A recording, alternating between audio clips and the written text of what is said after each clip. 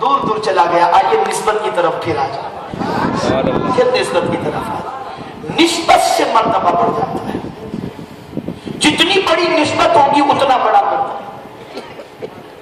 میرے پیارے آقا صلی اللہ تعالی علیہ وسلم کے پیارے دیوانوں، آپ ذرا دیکھیں اللہ عز و جل نے صحیفے نازل فرمائے اور اس کے اندر 4 صحیفے سب سے بڑے، 4 کتابیں سب سے بڑی، توریت، زبور، انجیل اور قرآن مقدس. میرے پیارے آقا صلی اللہ علیہ وسلم کے پیارے دیوانوں، لیکن ان 4 کتابوں کے اندر سب سے افضل کتاب، سب سے اعلیٰ کتاب قرآن مقدس ہے. ارے نادانو، تم آقا کریم صلی اللہ علیہ وسلم کی عظمتوں کا انکار کرتے ہو. میں تم سے سوال پوچھنا چاہتا ہوں، مجھے ذرا یہ بتاؤ، یہ قرآن آج محفوظ کیوں ہے؟ آج قرآن اصلی شکل میں کیوں ہے؟ آج قرآن مقدس کا حفاظت کا ذمہ اللہ عز و جل نے کیوں لیا؟ اس سے پہلے بھی آسمانی کتابیں نازل ہوئی، کسی کتاب کی حفاظت کا ذمہ اللہ نے نہیں لیا. قرآن کی حفاظت کا ذمہ اللہ نے کیوں لیا؟ تو سنو، آقا کی بے قراری میرا مولا نہیں دیکھ سکتا. آقا کی بے قراری کو مولا گوارا نہیں فرماتا. اللہ اللہ، رسول اعظم صلی اللہ علیہ وسلم مضطرب تھے، بے چین تھے، ایک خیال دامنگیر تھا. اے میرے کریم، ابھی میرے پہلے جتنے بھی انبیاء تشریف لائے ان پر نازل ہونے والی کتابوں کو یا تو ان کے دور پاک میں بدل دی گئی یا ان کے انتقال کے بعد بدل دی گئی. اے میرے کریم، کہیں ایسا ہوا کہ میرے بعد بھی میری کتاب کے اندر تحریف ہو گئی اور اس قرآن کو بدل دیا گیا تو میرے بعد تو کوئی نبی آنا نہیں اور کوئی کتاب آنا نہیں، تو میری امت ہدایت کا راستہ کس کتاب سے تلاش کرے گی؟ اللہ اللہ، محبوب کے اس طرح کو دیکھ کر میرے کریم نے تاکید اور تاکید اور تاکید کے ساتھ فرمایا، اِنَّا نَحْنُ نَزَّلْنَا الذِّكْرَ وَإِنَّا لَهُ لَحَافِظُونَ.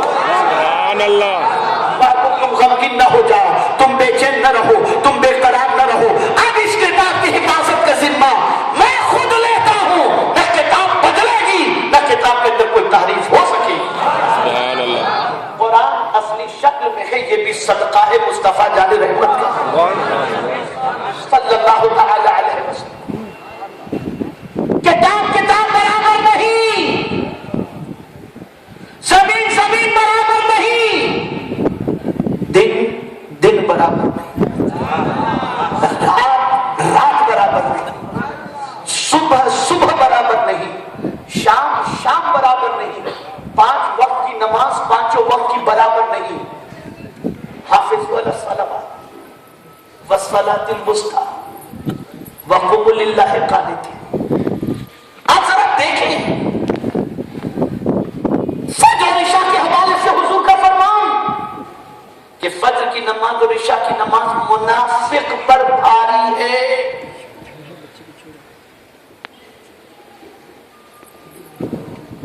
ایکوالٹی آپ کو کہیں نہیں ملے گی. اب آئیے تھوڑا سا میں آپ کو سفر کراؤں. جو لوگ کہتے ہیں کہ میلاد مصطفیٰ صلی اللہ علیہ وسلم منانا، 12 ربیع النور منانا، اس سے کیا فائدہ؟ کہیں سے ثابت ہو تو بتاؤ، قرآن سے بتاؤ، حدیث سے بتاؤ، اس سے بتاؤ، اس سے بتاؤ. تو میں ایک چھوٹی سی بات عرض کروں گا. پڑھے لکھے مولوی اگر کہیں غلط عقیدے کے یا دوسرے نظریے کے یا سوچنے سمجھنے والے ہوں تو ان سے میں سوال پوچھتا ہوں، مجھے قرآن مقدس یا احادیث یا فقہ کی کتاب کے اندر یہ بتا دو کہ اتنی چیزیں حلال ہیں، حلال کی فہرست کو تو مجھے بتا دو. ہاں، حرام کے حوالے سے حکم ملتا ہے کہ یہ حرام ہے، یہ حرام ہے، یہ حرام ہے، یہ حرام ہے. حلال کے حوالے سے نہیں ملتا. میں کہتا ہوں بھیس آپ اس کا گوشت کھاتے ہیں، کئی قرآن سے ثابت کر کے بتا دیں.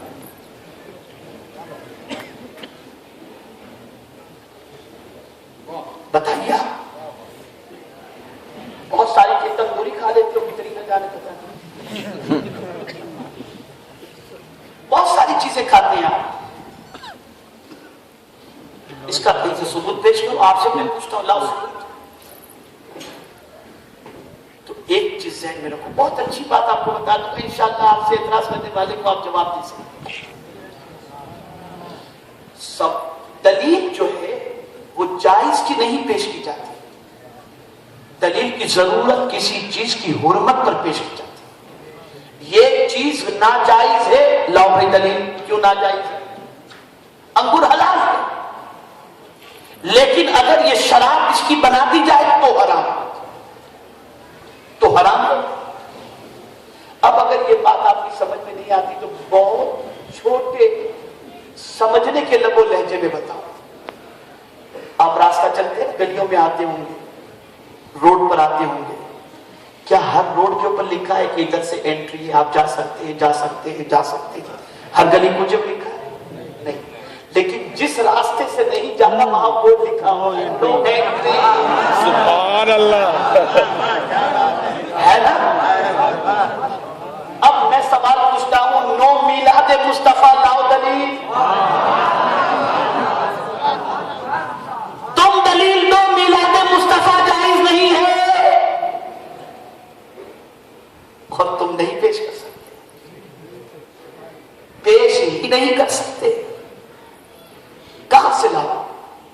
ہاں البتہ میں اس چیز کا قائل ضرور ہوں کہ سرکار صلی اللہ علیہ وسلم کی میلاد پاک کے جلوس کے اندر جو خلاف شریعت کام ہوتے ہوں میں اس کو جائز نہیں ٹھہراتا، جیسے ڈی جے ہے، ڈانس کرنا ہے، میں اسے جائز، اور جلوس میں نکل کر نماز قضا کر دینا میں اسے بھی صحیح نہیں سمجھتا۔ یہ بھی میں بتاتا ہوں، لیکن اگر کوئی حدود شریعت میں رہ کر ذکر مصطفیٰ صلی اللہ علیہ وسلم کرتے ہوئے جلوس میں شریک ہوتا ہے، آقا کی نعتیں پڑھتا ہے، درود شریف پڑھتا ہے، اس کے ناجائز ہونے پر کوئی دلیل لا ہی نہیں سکتا۔ قبر میں جائیں پھر نکلیں، پھر جائیں پھر نکلیں، پھر جائیں،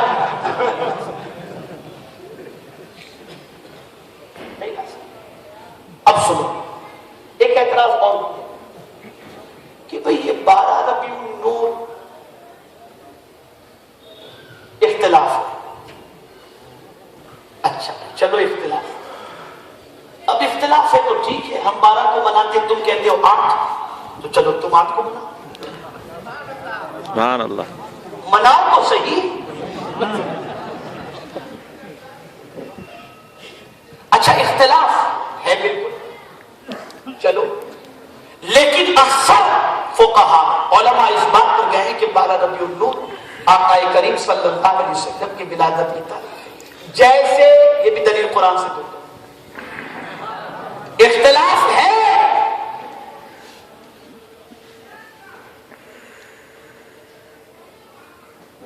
اور پھر ایک اور اعتراض بھی ذہن میں رکھو تاکہ دلیل مل جائے، ایک اور اعتراض، یہ پورا مہینہ سرکار کی میلاد منانے کی کیا ضرورت ربیع النور کے اندر، یہ بھی کہتے ہیں۔ اب آئیے، اللہ نے فرمایا اِنَّا أَنزَلْنَاهُ فِي لَيْلَةِ الْقَدْرِ، بے شک ہم نے اس کو قدر والی رات میں نازل کیا، کسے؟ قرآن شریف کو، کس کو نازل کیا؟ اب مجھے بتائیے کہ شب قدر کے بارے میں اختلاف ہے یا نہیں؟ 21، 23، 25، 27، 29، ٹھیک ہے نا؟ 5 رات عبادت کرو، کوئی رات تو شب قدر ہوگی، کوئی تو شب قدر ہوگی، لیکن فقہا علماء اس بات پر گئے کہ 27ویں جو ہے یہ لیلۃ القدر، اکثر اس پر گئے ہیں، تو لوگ 27ویں کو قرآن شریف بھی ختم کرتے، رات کو بھی کرتے، مل گئی دلیل؟ اچھا قرآن نازل ہوا تھا تو فضیلت کیا اللہ نے بیان فرمائی؟ لیلۃ القدر خیر من الف شہر، یہ قدر والی رات 1000 مہینوں سے افضل،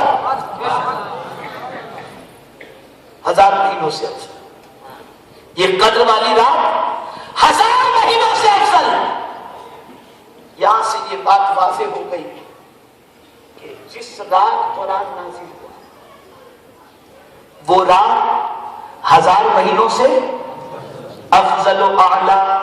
اب نازل ہوا لیلۃ القدر کون سے مہینے میں ہے؟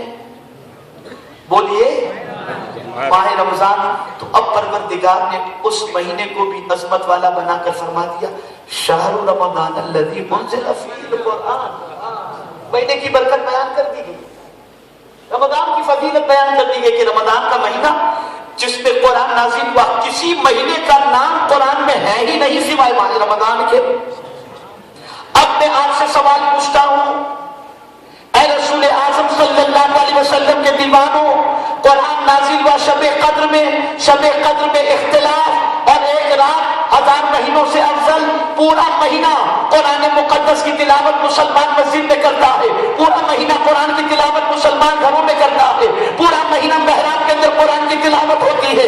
میں پوچھنا چاہتا ہوں کہ یہ دلیل ہمارے پاس موجود ہے؟ قرآن ہمیں نہ ملتا اگر مصطفیٰ پیارے تشریف نہ لاتے، قرآن ملا ہے مصطفیٰ کے صدقے میں ملا ہے، تو سن لو جس کے صدقے میں قرآن ملا وہ رات 1000 مہینوں سے افضل ہے، تو جس رات پیغمبر اعظم خود تشریف لائے اس رات کی عظمتوں کا کیا کہنا اور اس رات کی برکتوں کا کیا کہنا۔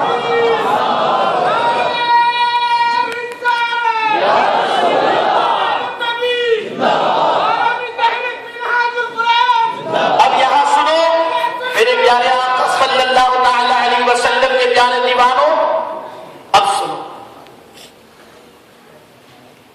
اب کہتے ہیں کہ حضور صلی اللہ علیہ وسلم کی میلاد، میں آج آپ کو انشاءاللہ تھوڑا سا بزم کر دوں۔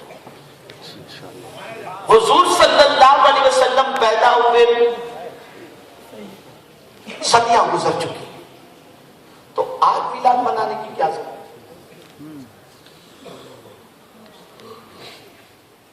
بھئی ہم تو دنیا میں پیدا ہونے والے بچے کی جو برتھ ڈے مناتے ہیں تو اس کے وصال کے بعد، تو اس کے انتقال کے بعد تو نہیں مناتے، ہے نا؟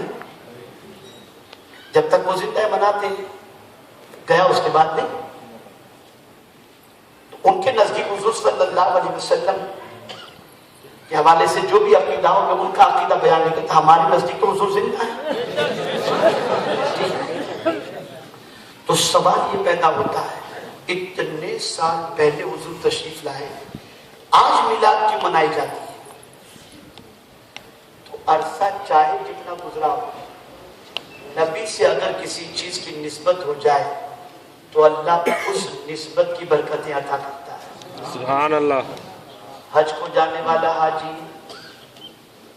عرفات کے میدان میں ہر سال حاضر ہوتا ہے، ہر حج کرنے والا عرفات کے میدان میں 90 ذی الحجہ کو حاضر ہوتا ہے۔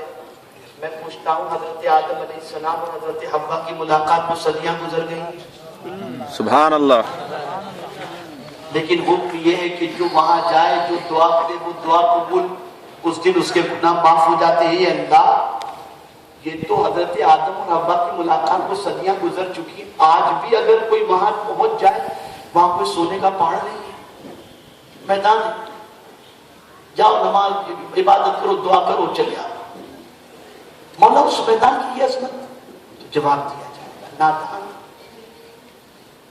تو صرف اس تاریخ اور اس جگہ کو دیکھ رہا ہے، اور میں اپنے نبی کی ادا کو دیکھ رہا ہوں۔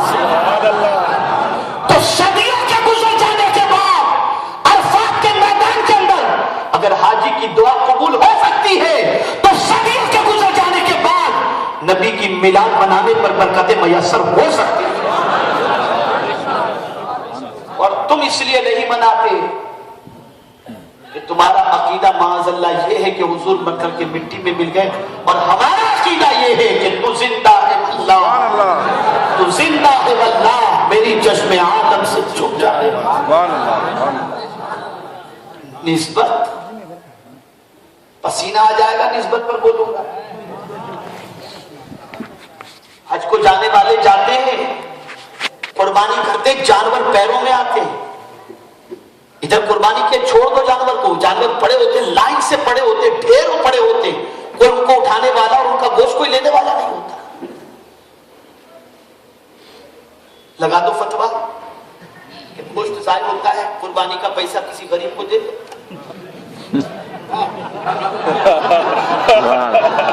سبحان اللہ، یہ ویسٹ آف منی ہے، قربانی کا پیسہ کسی غریب کو دے دو، یہ ویسٹ آف منی ہے، پیسہ ضائع ہو رہا ہے، جانور سامنے مرا پڑا ہے، کوئی اٹھانے والا نہیں۔ میاں اتنے دم دینے پڑیں گے کہ دم نکل جائے. اللہ اکبر. رسول اللہ زندہ باد.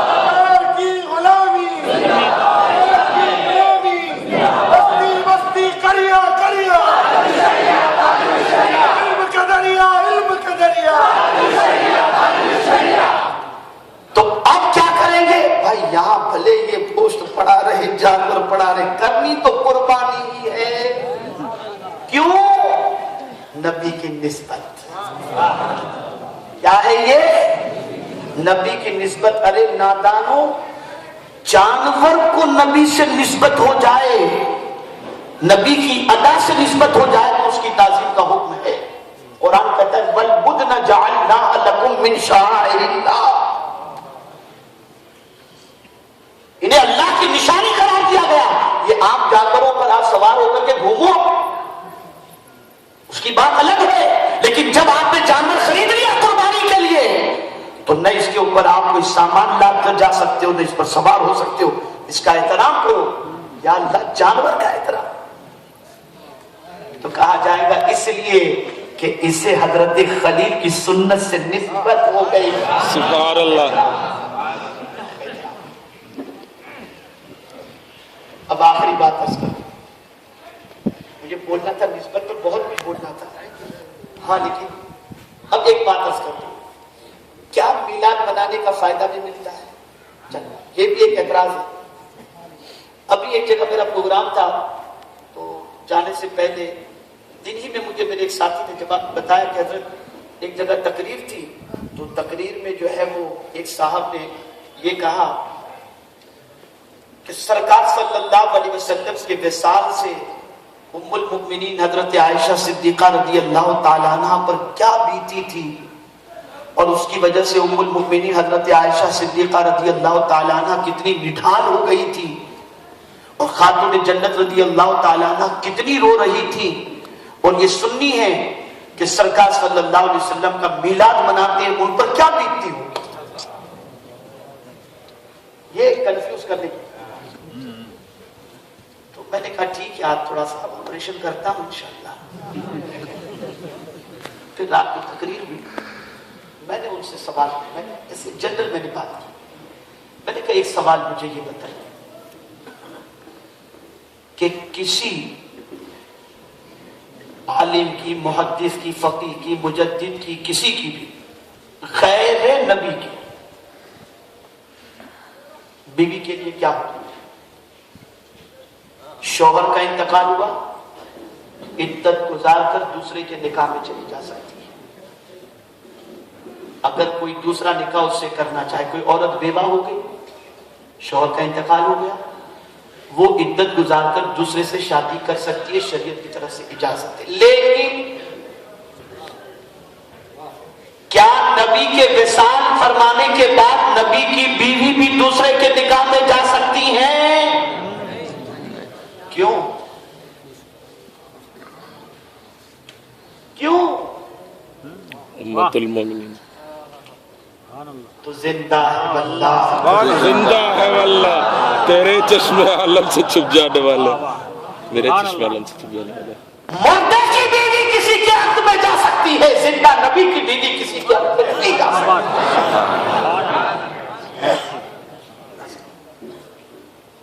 خاتون جنت. تو یہاں بھی وضاحت کر، اور وہ یہ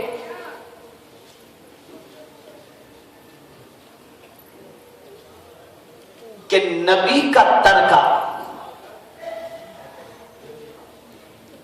اولاد کے لیے ان کی نہیں ہے، یہ نبی کی امت کے غربا کے لیے صدقہ ہے.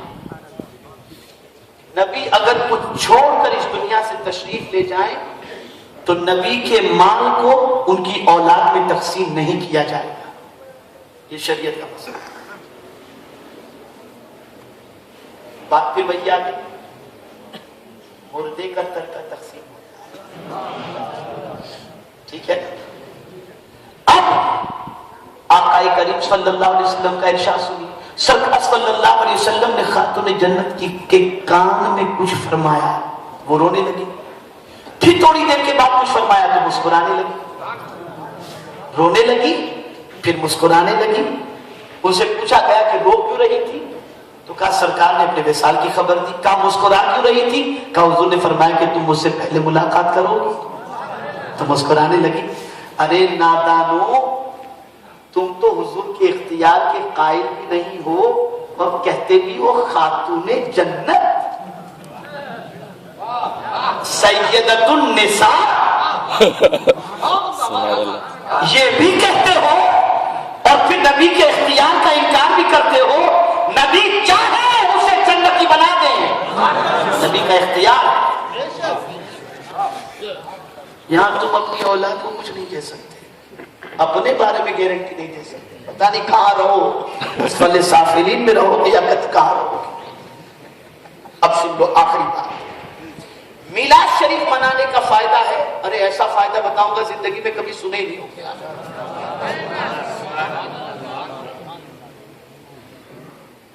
رسول گرامی وقار صلی اللہ تعالی علیہ وسلم 17 یا 18 مہینے تک بیت المقدس کی طرف رک کر کے نماز پڑھتے تھے.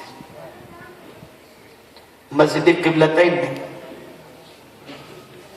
خیال آیا کاش کعبہ کو قبلہ بنا دیا جائے. آیت نازل ہوئی، حضور صلی اللہ علیہ وسلم نے کعبہ کو قبلہ بنا دیا. ایک کوشچن ذہن میں آتا ہے کہ بیت المقدس بھی تو خدائی کا گھر ہے. یہ کعبہ کو قبلہ بنانے کا خیال حضور کو آیا کیوں؟ عشق کی بات کرتا ہوں، وجوہات تفسیر کے اندر احادیث کے اندر موجود بھی ہیں، لیکن یہ عشق کی بات ہے. سر یہ کعبہ کو قبلہ بنانے کی وجہ کیا ہے جو سرکار نے چاہا؟ ایک وجہ یہ تھی کہ یہودی دانا دیتے تھے. اور عشق والی بات عرض کرتا ہوں کہ جب حضور صلی اللہ علیہ وسلم اس فرش گیتی پر جلوہ گر ہوئے، پیدا ہوئے، آقا کی ولادت ہوئی، تو کعبہ سب سے پہلے حضور کے گھر کی طرف جھکا. اعلیٰ حضرت نے کہا جن کے سجدے کو محراب کعبہ جھکی، سبحان اللہ، ان بھگوں کی لطافت پہ لاکھوں سلام. تو سرکار نے بھی چاہا کعبہ میری ولادت کی خوشی تو منا کر میری طرف جھکا تھا، آج تجھے انعام دے دیا جاتا ہے. اب قیامت تک میرے امتی کئی بار رک کر کے نماز پڑھیں گے.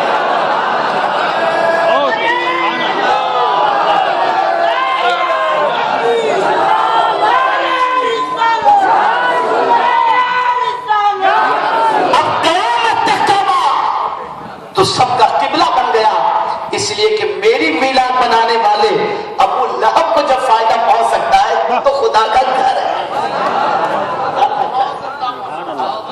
خدا کا گھر ہے. اب کوئی چیز باقی رہ گئی؟ سمجھ گئے نا آپ؟ اس لیے حضور صلی اللہ علیہ وسلم کا میلاد حدود شریعت میں رہ کر کے مناؤ. اور یہ یاد رکھو جس چیز کو آقا سے نسبت ہو جاتی ہے اس کا مرتبہ بڑھ جاتا ہے. ہمیں بھی نسبت ہے حضور سے، ہمیں بھی نسبت ہے حضور سے، اور یہ نسبت کی وجہ سے قرآن نے ہم کو خیر امت کا لقب عطا فرمایا. کسی نبی کی امت کو خیر امت کا ٹائٹل نہیں دیا گیا، یہ اس امت کو دیا گیا اس لیے کہ یہ رسول اعظم صلی اللہ علیہ وسلم کی امت ہے. تو پروردگار نے فرمایا کنتم خیر امہ، تم بہترین امت ہو. اب جس کو نسبت کی ضرورت نہیں ہے وہ کہیں اور چلا جائے، ہم تو نسبت والے. ہاں ایک اور بات ہے، یہاں تھوڑا سا آج تھوڑا سا پختہ ہو جائے گا ضرور. دیکھیے کسی کی بات ماننی ہو نا تو اس پرسنالٹی کو پہلے دیکھو. بات جس کی سننی ہے وہ پرسنالٹی کی پوزیشن ہے. اب اس کو بھی دلیل کی روشنی میں عرض کروں گا، انشاءاللہ آپ سمجھ جائیں گے. سرکار صلی اللہ تعالی علیہ وسلم نے اسلام کی دعوت دی. صدیق اکبر نے اسلام قبول کر لیا، عمر ابن خطاب نے اسلام قبول کر لیا، ابو جہل نے قبول نہیں کیا، ابو لہب نے قبول نہیں کیا، اور بہت سارے کافروں نے قبول نہیں کیا، بہت سارے نے قبول کر لیا۔ سوال یہ پیدا ہوتا ہے کہ پیغام تو ایک ہی تھا، پیغام ایک ہی تھا، کسی نے قبول کیا کسی نے قبول نہ کیا۔ تو ابو بکر کے قبول کرنے کی وجہ کیا تھی اور ابو جہل کے انکار کرنے کی وجہ کیا تھی؟ توجہ چاہوں گا۔ صدیق اکبر رضی اللہ تعالیٰ عنہ نے قبول کیا، اس کی وجہ یہ تھی کہ انہوں نے پیغام نہیں پیغمبر کو دیکھا، سبحان اللہ، سبحان اللہ، کہ ان کی پوری لائف ہمارے سامنے ہے، ان کا بچپنا، ان کی جوانی، ان کا لین دین، ان کی تجارت، ان کی معاشرتی زندگی، سب کچھ ہمارے سامنے، بس فوراً ایکسپٹ کر لیا۔ اور ابو جہل نے پیغام کو دیکھا، یار یہ کھوپڑی میں آنے والی بات نہیں، جیسے آج پیغام ہی کو دکھاتے ہیں نا، یہ کھوپڑی میں آنے والی بات نہیں ہے یار، یہ چراغاں اور یہ لائٹنگ، شادی میں کروڑوں خرچہ کریں گے تو اسراف نہیں لگے گا، اتنا خرچ جس کی کوئی نہیں آ رہا، اور فضول خرچی نہیں۔ خیر، تو ابو بکر صدیق رضی اللہ تعالیٰ عنہ نے پیغمبر کو دیکھا اور ابو جہل نے پیغام کو دیکھا۔ پیغمبر کو دیکھا، دعوت قبول کر لی، پیغام کو دیکھا، ششوپن میں پڑ گیا۔ یہیں سے ہم کو یہ دیکھنا ہے کہ میلاد کے منکرین کیسے ہیں اور میلاد منانے والے کیسے تھے۔ جنہوں نے میلاد منائی وہ کیسے تھے اور جو انکار کر رہے ہیں وہ کیسے ہیں؟ میں سمجھتا ہوں کہ امام تقی الدین سبوکی رحمت اللہ تعالی علیہ جیسا کسی باطل جماعت کے اندر کوئی پیدا ہوا ہی نہیں۔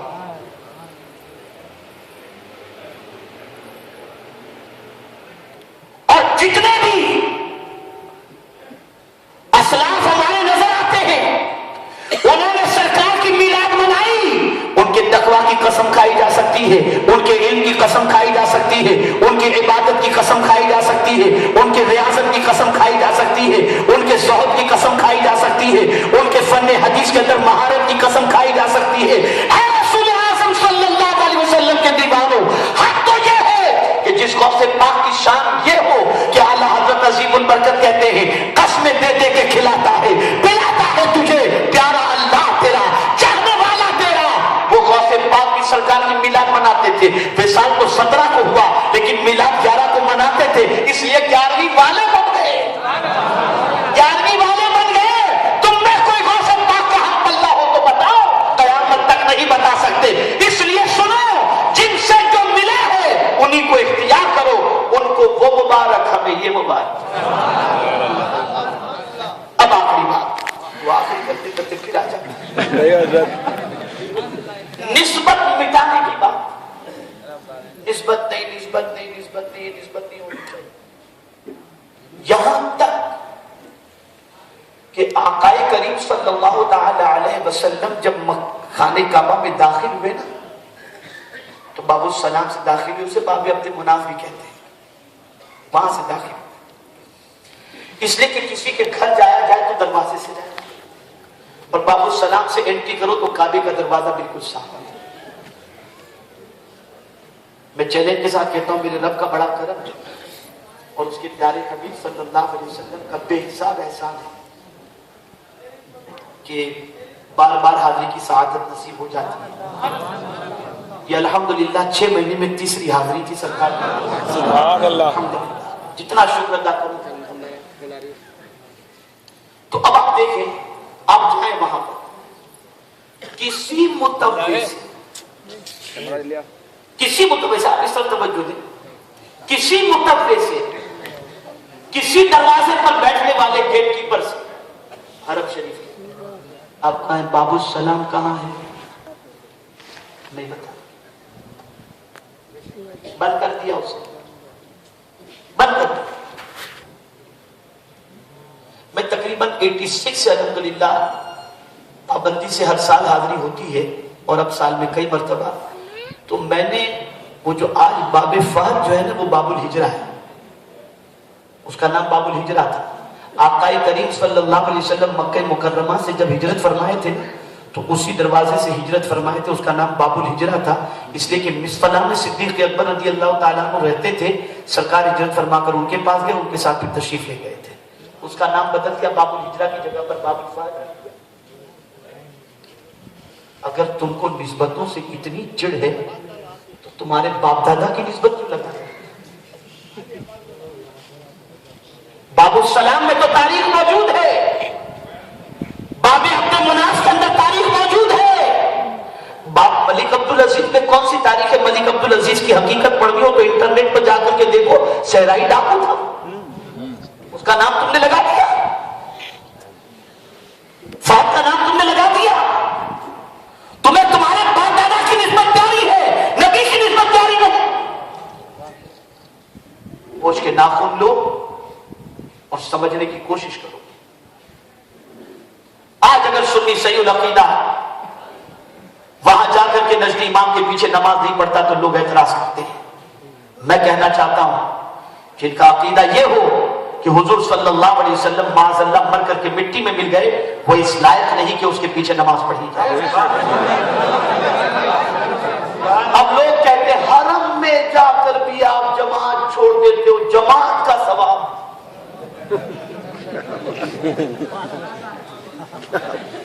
میں کہتا ہوں ثواب دینے والا کون؟ اللہ. بولو اللہ.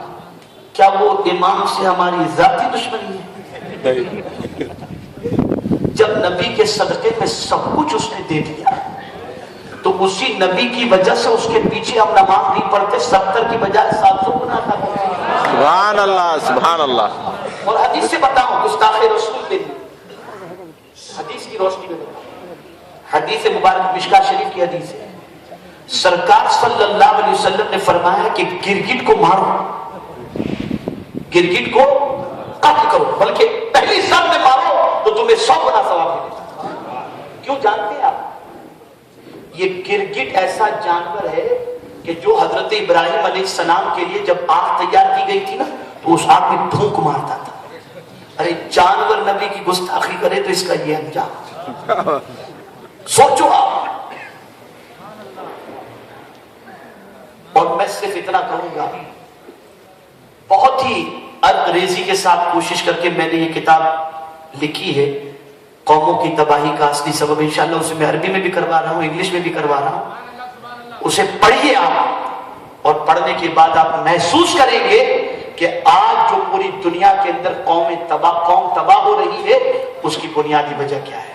نبی سے رشتہ مضبوط رکھو, نبی کی میلاد نہ ہو, نبی کی تعلیم پر عمل کرو, نبی سے اپنے تعلق کو مضبوط کرو.